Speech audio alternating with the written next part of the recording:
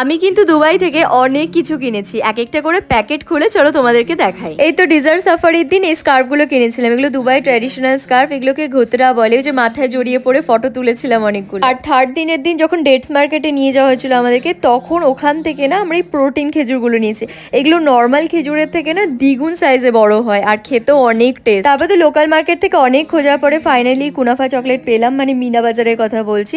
তোমরা একজন আমায় কমেন্ট করে বলেছো কুনাফা নাকি মিষ্টি। কুনাফা মিষ্টি কেন বলতে যাবো বলো তো, এর মধ্যে লেখা রয়েছে চকলেট। আমরা অনেকগুলো ম্যাগনেট নিয়েছিলাম, মানে ফ্রিজ ম্যাগনেট যেগুলোকে বলে, প্রায় 28টার মতো নিয়েছিলাম। একটা নিজেরা রেখে বাকিগুলো রিলেটিভসদেরকে দেওয়ার জন্যই নেওয়া মেইনলি।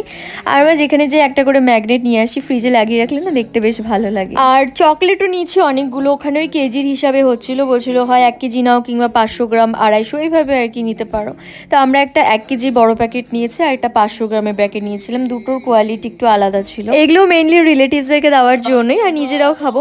আর এই চকলেটসগুলোর সাথে না আমাকে 3টে গিফট করেছে কুনাফার চকলেট। আমি তো প্রচন্ড খুশি হয়ে গেছি, কুনাফা চকলেট খেতে এত ভালো লাগে। আমি দুবাইতে গিয়ে ফার্স্ট ট্রাই করছি কুনাফা চকলেট। এই এতগুলো জিনিসের মধ্যে সবচেয়ে পছন্দের যে জিনিসটা আমার, সেইটা এবার তোমাদেরকে দেখাবো। দুবাইয়ে বুর্জ খালিফা, এগুলো যে কত পড়েছিল এই মুহূর্তে আমার মনে নেই, তবে দাম খুব একটা বেশি না, ঠিকই আছে। আর ওইখানে গিয়ে এইরকম একটা স্মৃতি না নিয়ে আসলে তো কেমনই দেখায় না, তার জন্যই একটা নিয়ে আসি। আর দুবাইতে তো যেদিকে তাকাই ওইদিকেই পারফিউম দেখতে পাচ্ছিলাম, তো আমায় বললো চলো এখান থেকে কিছু পারফিউম নিয়ে যাই। দুবাইয়ের পারফিউম তো সেই ফেমাস, মানে অনেকে আমাকে কমেন্টও দেখলাম বলছিল দুবাইতে গেছো পারফিউম কিন্তু অবশ্যই নিয়ে আসবে।